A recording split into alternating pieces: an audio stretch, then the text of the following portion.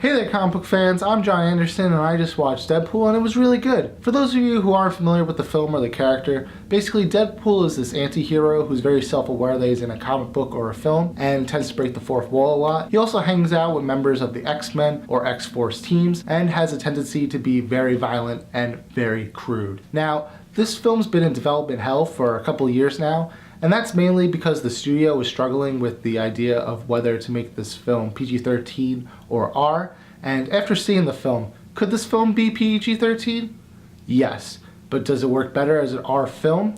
Absolutely, because Deadpool as a character, as I mentioned, is very crude, and in some films you see people using profanities and language as a way to kind of elevate the film, but it seems kind of out of place. But Deadpool as a character perfectly fits into an R-rated universe, and having him PG-13 would kind of whitewash the character itself. On that note, this cast is amazing. Ryan Reynolds was born to play this role because he played it in X-Men Origin Wolverine. Unfortunately, they decided to sew his mouth shut, and if you're not aware, his comic nickname is the Merc with the Mouth, so some studio head thought it was a good idea to sew his mouth shut, and didn't work out so well. But this kind of became a pet project for Ryan Reynolds, and he had such a passion to get it made and to do it right because it was clearly done so wrong in that movie, and I think he succeeded, giving us like the perfect Deadpool. Then you had Miranda Bachran playing the love interest Vanessa, and she's good as always. She's in so many things. It's great to see her in this cast also. TJ Miller is another comedic genius who works really well with Ryan Reynolds, and you could tell certain scenes were like improvised, but it doesn't bother me at all. Like usually sometimes when I'm like, oh, that was improvised, it kind of takes me out of the film. Every back and forth that they had worked really well, and I loved it. Then you have some X-Men characters make an appearance, like Colossus,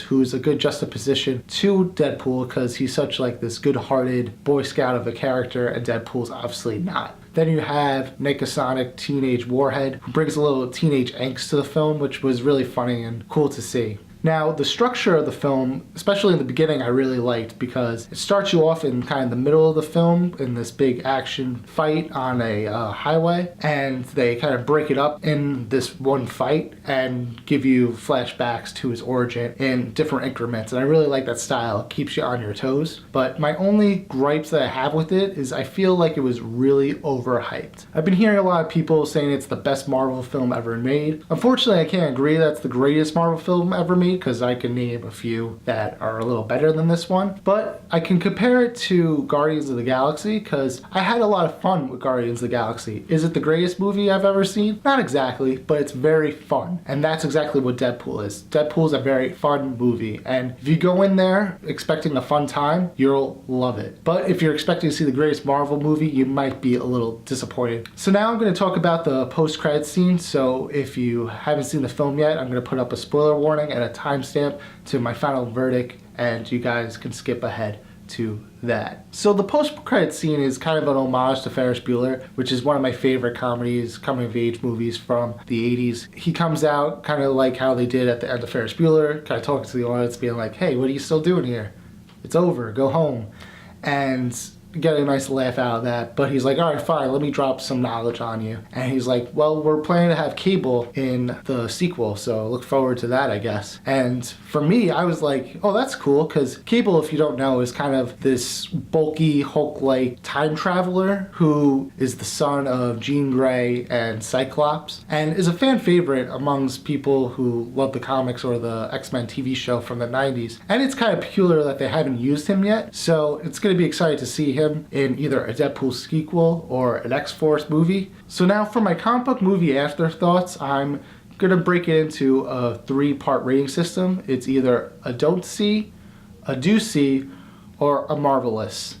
And for me, unfortunately, I had to break my one rule of picking one of those, and I had to put it directly in the middle of a do see and a marvelous because my expectations were really high, so I can't really give it a marvelous because it didn't really live up to that. But if you go into it and expecting just a like I said, really fun movie, then it'll definitely be marvelous for you. But I have to recommend it and say, do see this film. So that's my thoughts on Deadpool. If you guys like this video, be sure to share and subscribe. Follow me on Facebook at John Ryan Anderson or on Instagram at God's Stage Fright. And remember guys, as always, comics do deserve a second look.